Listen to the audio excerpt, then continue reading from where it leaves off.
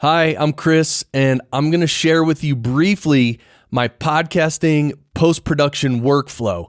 And it basically happens in 5 steps. The first step is cleaning up the raw tracks if they need any cleanup. I'll show you that in a second. The second step is mixing. The third step is detailed editing. The fourth step is leveling to the proper LUFS level and some what you might call mastering, a mastering step. And then the fifth step is tagging the MP3 or the M4A. All right, so let's get into it. This is iZotope RX7, and as you can see, I have a raw recording open, and you could see these orange lines near the bottom. Those are actually slight hums, and you can see from the tops and bottoms of the waves, specifically the top, that it's been limited pretty hard. In fact, I recorded this session with a client, and this person was joining the session using their laptop mic, which we had to crank up all the way, so it got pretty severely limited. So for instance, what I might do to this, and you could see on the very bottom right here, I already prepared a bunch of steps. I did a declip, so once I click this, you'll see after the declip, this is what it looks like. Now you can see more of the peaks, much more natural. Then I did a dehum. You're going to watch these orange lines. You'll see them disappear, some of them. Yep, 4 of them disappeared, and now another dehum for this one, gone. And then I adjust the phase, and then I adjust the loudness to actually minus 23 LUFS, because that's how I like to bring it into my DAW. And then EQ, I roll off the low end, the very low end, just to clean it up.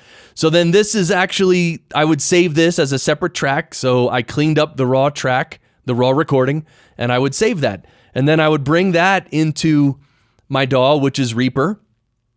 And so this, all these, what I do with my DAW is I'll open the previous episode, and then I'll just highlight all the clips. And actually the first 2 tracks you see is my intro music and outro music.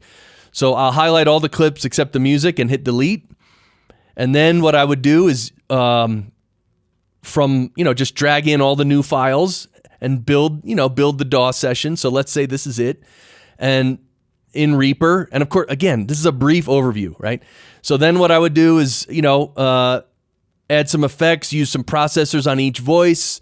So for instance, my voice, I would use a bunch of plugins, as you could see here. My guest voice, I'll use a lot of plugins, and then I have a vocal subgroup, which I do, and then I adjust the levels of everything to mix it properly so it sounds good together.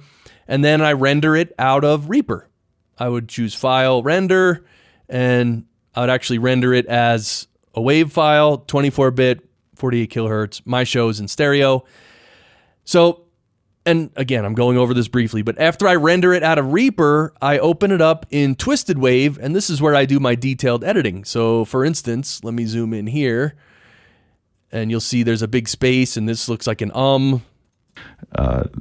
yeah, that's an So first of all, we can get rid of that.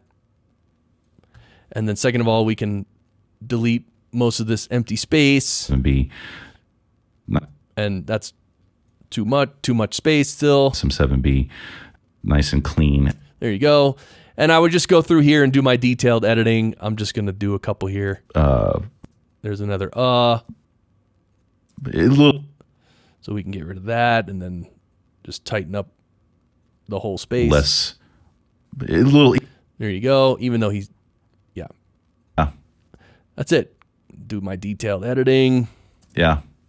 Cool. And another question. Okay. And then that's it. Once it's finished being detailed edited, I save it again, and then I open it up in RX7 again for the final step of the leveling, really, which is part of mastering.